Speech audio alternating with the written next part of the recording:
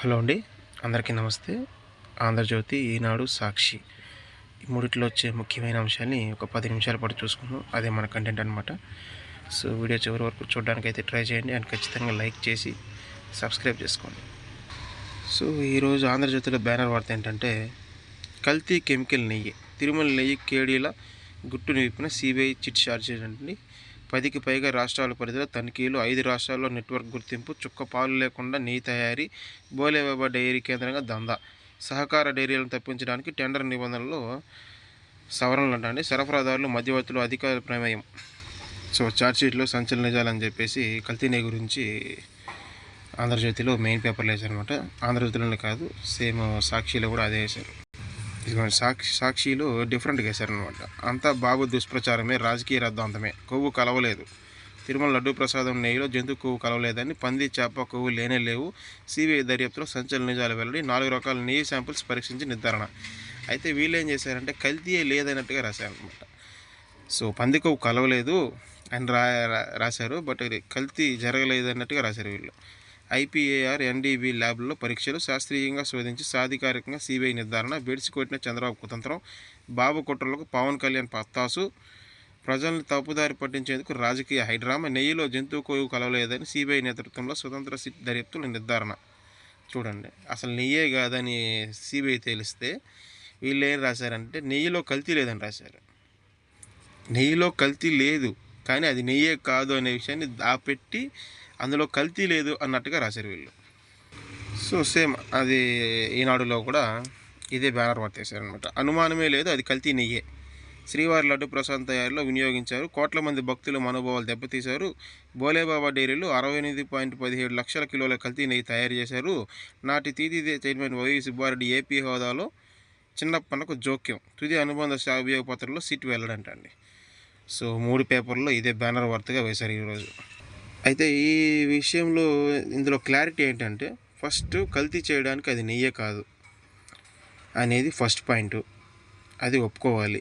వీళ్ళు ఏం చేశారంటే ఆంధ్రజ్యోతి కల్తీ జరిగిందని వేశారు, ఈనాడు కల్తీ జరిగింది వేశారు. అంటే కల్తీ అంటే నెయ్యిని మిక్సింగ్ చేశారనమాట. కొత్త రకం నెయ్యిని వీళ్ళు తయారు చేశారని చెప్పేసి ఆంధ్రజ్యోతి ఈనాడులో వేస్తే, సాక్షిలో మాత్రం అసలు నెయ్యి కల్తీనే జరగలేదని చెప్పేసి రాశారు.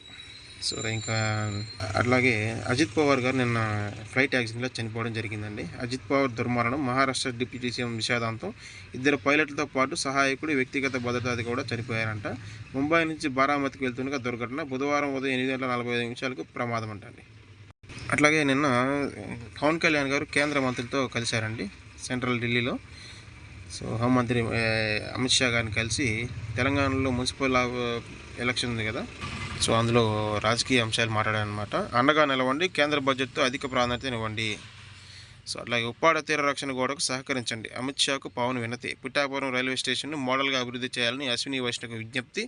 పెండింగ్ రైల్వే ప్రాజెక్టులపైన చర్చ, సానుకూలంగా స్పందించిన కేంద్ర మంత్రులు.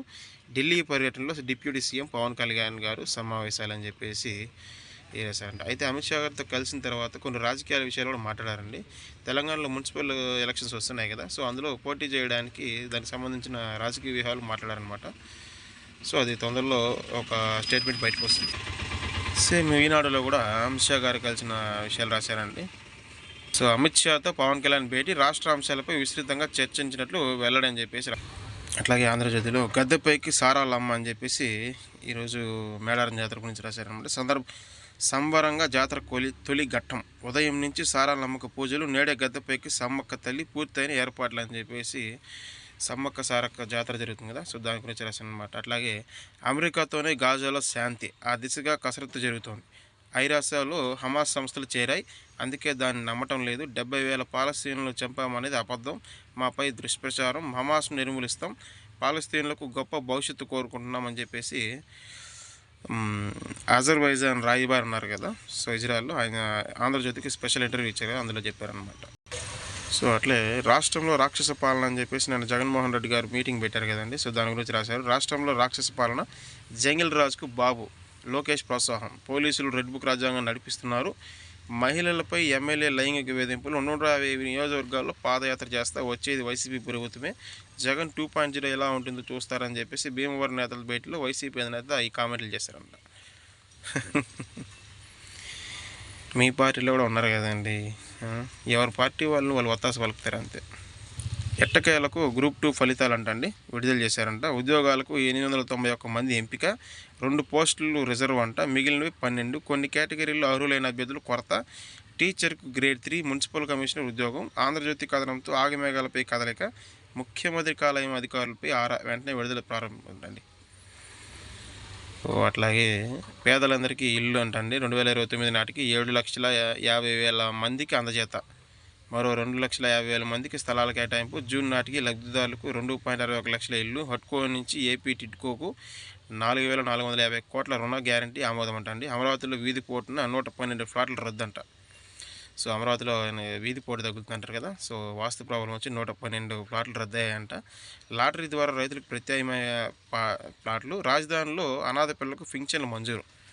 టీడీపీలో పోస్టుల అప్గ్రేడ్కు అనుమతి. కేబినెట్ నిర్ణయం వెల్లడించిన మంత్రి పార్థసారథి అంటండి. సో అట్లాగే ఈ కేబినెట్ నిర్ణయంలో ఈ నెల 14 అంటే ఫిబ్రవరి 14వ తేదీన రాష్ట్ర బడ్జెట్ ఉంటుందంట అండి. సో 11 నుంచి మార్చి 12 వరకు అసెంబ్లీ సమావేశాలు జరుగుతాయంట. సో ఈసారైనా వైఎస్ఆర్సీపీ ఎంపీలు ఎమ్మెల్యేలు వస్తారో లేదో చూడాలా. అట్లా రాష్ట్రానికి సంజీవిని అని చెప్పేసి ఒక ఆర్టికల్ రాశారు. ప్రజారోగ్యం డేటా ప్రభుత్వం వద్ద సిద్ధంగా ఉండాలి. హెల్త్ కార్డులను డిజిటలైజ్ చేయాలి. ఆసుపత్రుల నిర్వహణకు ముందుకొస్తే రాయితీలు. నియోజకవర్గానికి సూపర్ స్పెషాలిటీ ఆసుపత్రి ఎంపీహెచ్ఈలను విధుల్లోకి తీసుకునేందుకు ఆమోదం. సో ఏదైనా ఒక హాస్పిటల్ కట్టడం కష్టం కాదండి, దాన్ని మెయింటైన్ చేయాలి, దాని మీద పర్యవేక్షణ ఉండాలి. గవర్నమెంట్ హాస్పిటల్ అంటే జనాలు హెల్లెత్తిపోతున్నారు.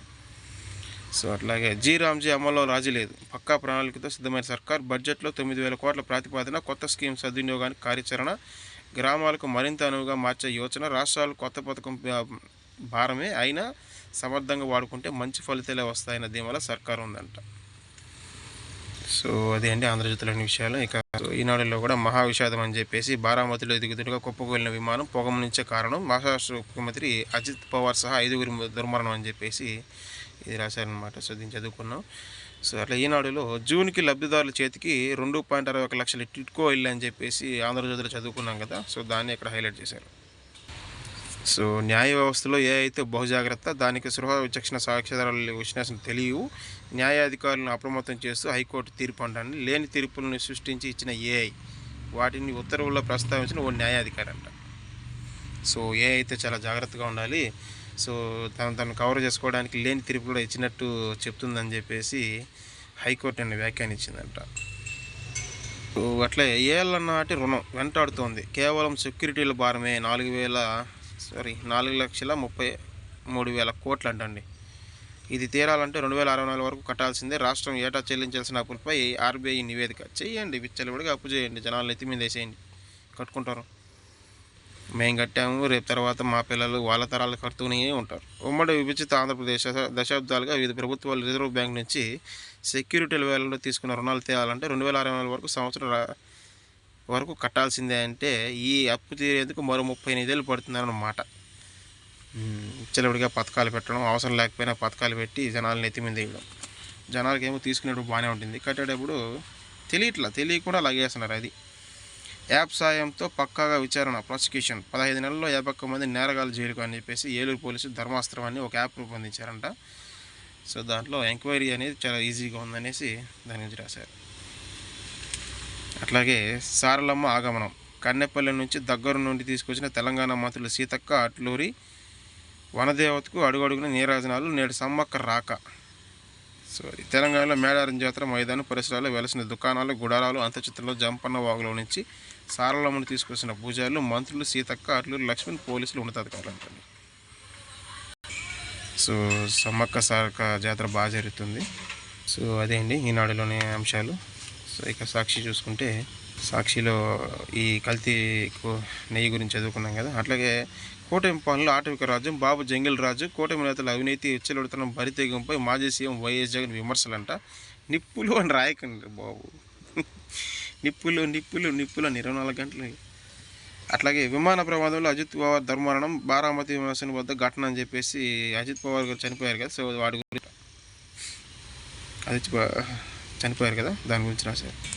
సో ఇక ఇక చిన్న నోట్ల ఏటీఎంలు రూ. 10, రూ. 20, రూ. 50 నోట్లు అందుబాటులో ఉంచడంపై కేంద్రం దృష్టి. ముంబైలో ఇప్పటికే పైలట్ ప్రాజెక్ట్ దేశవ్యాప్తంగా ఏర్పాటు చేయడంపై త్వరలో నిర్ణయం ఉంటుంది. సో పరిశీలనలో హైబ్రిడ్ ఏటీఎం పనితీరంటండి.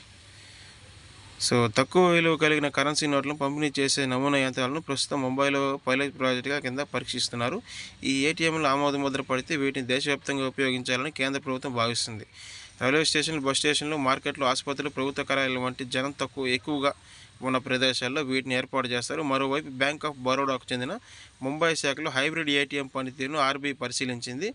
ముంబై పైలట్ ఫలితాలను సమీక్షించడంతో పాటు ఆర్బీఐ అభిప్రాయాన్ని పరిగణలోకి తీసుకున్న తర్వాత ఈ ఏటీఎంలు బ్యాంకు ద్వారా విస్తృతంగా అందుబాటులోకి తెచ్చేందుకు అంశంపై కేంద్ర ప్రభుత్వం నిర్ణయం తీసుకుంటుందని అధికార వర్గాలు తెలుపుతున్నాయి. సో మంచి విషయం అన్నమాట. సో ఇందాక చదువుకున్నాం కదా ఈనాడులో, న్యాయాధికారులు అయితే జాగ్రత్త అని చెప్పేసి. సో అదే విషయం ఇక్కడ కూడా రాశారు. కృత్రిమ మేధస్సు కంటే మానవ మేధస్సుకే ప్రాధాన్యం ఇవ్వండి. ఏఐ సాధనల విషయంలో అప్రమత్తంగా జాగ్రత్తగా ఉండండి, న్యాయాధికారులకు స్పష్టం చేసిన హైకోర్టు. సో ఏఐ ఏంటంటే అక్కడ ఉన్న ఇంటర్నెట్లో ఉన్న సమాచారాన్ని మాత్రమే ఇస్తుందన్నమాట. సో లేని దాన్ని తెలియదు అని ఒప్పుకోదు, ఏదో ఒకటి ఇచ్చేసి జనాల్ని మోసం చేస్తూ ఉంది. సో ఈ మధ్య అయితే కవరింగ్ కూడా చేసుకుంటుంది ఏఐ, అది ఇంకో విషయం. సో ఇక గీతం యూనివర్సిటీ ఓ దోపిడీ సంస్థ అని చెప్పేసి బొత్స సత్యనారాయణ గారు నిన్న మీటింగ్ పెట్టి అందులో చెప్పారనమాట. 5,000 కోట్ల విలువైన ప్రభుత్వ భూమిని ఆ సంస్థకి ఎలా ఇస్తారు, దీనిపై ఇతర రాజకీయ పార్టీలతో కలిసి పోరాడతాం, విశాఖలో చంద్రబాబు కుటుంబం భూదోపిడీ, శాసనమండలి విపక్ష నేత బొత్స సత్యనారాయణ అంటండి. సో అదే అండి మూడిట్లో వచ్చిన ముఖ్యమైన అంశాలు. సో వీడియో చివరి వరకు చూసిన ప్రతి ఒక్కరికి కూడా థ్యాంక్స్. అట్లాగే లైక్ చేసి ఖచ్చితంగా సబ్స్క్రైబ్ చేసుకోండి అండ్ షేర్ చేయండి.